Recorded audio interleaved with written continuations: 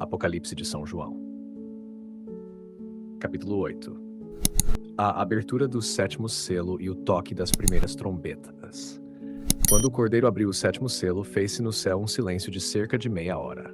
Então vi 7 anjos que permaneciam diante de Deus, e foram-lhes dadas 7 trombetas. Veio outro anjo e colocou-se junto do altar, trazendo um turíbulo de ouro. Foram-lhe dados muitos perfumes para que os oferecesse, juntamente com as orações de todos os santos, sobre o altar de ouro que está diante do trono de Deus. E a fumaça dos perfumes, unida às orações dos santos, subiu da mão do anjo à presença de Deus. Então o anjo tomou o turíbulo, encheu-o com o fogo do altar e lançou-o sobre a terra. Houve trovões, vozes, relâmpagos e um terremoto.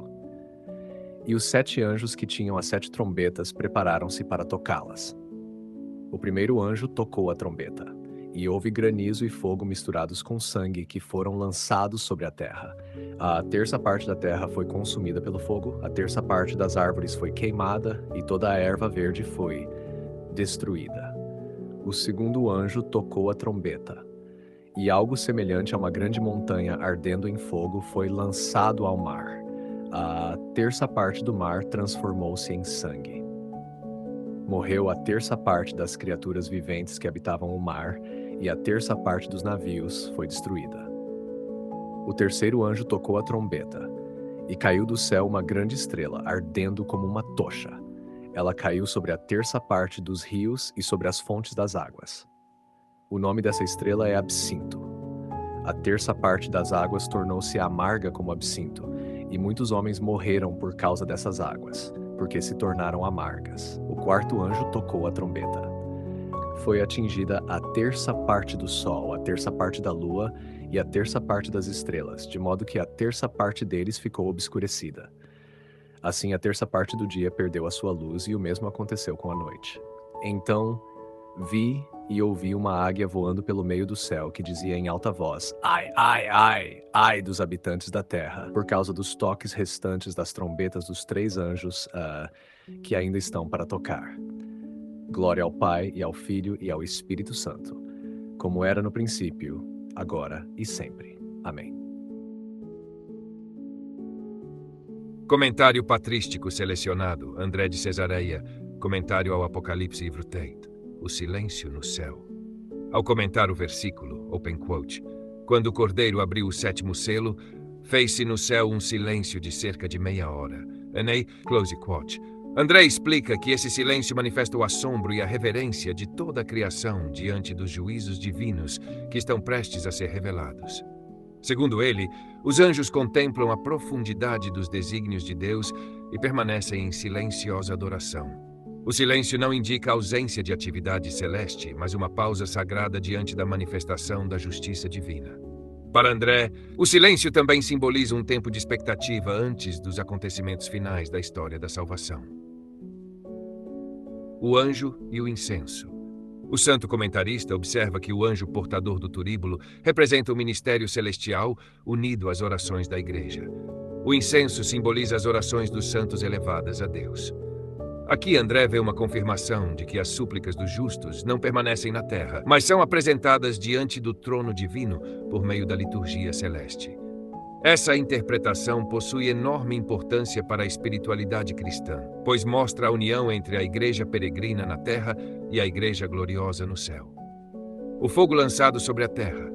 Quando o anjo lança o fogo do altar sobre a terra, André vê um sinal dos juízos divinos.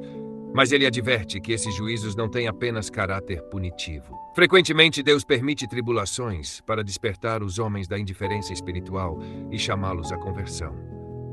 Os trovões, relâmpagos e terremotos indicam manifestações da potência divina que abalam as falsas seguranças humanas. As 4 primeiras trombetas.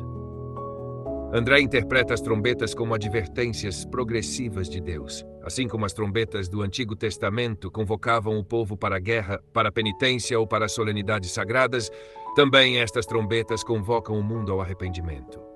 Ele observa que os castigos atingem apenas uma terça parte da criação. Isso revela algo muito importante. Deus ainda exerce misericórdia. O juízo é real, mas não é total. A destruição parcial manifesta que o tempo da conversão ainda permanece aberto.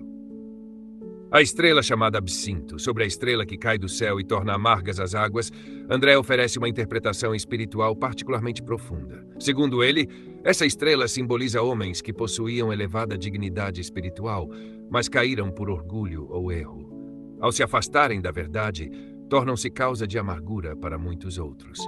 As águas representam frequentemente os ensinamentos espirituais. Quando essas águas são corrompidas, muitas almas sofrem dano. Por isso, André vê nesse símbolo um alerta contra os falsos mestres e contra toda doutrina que se afasta da verdade recebida da Igreja.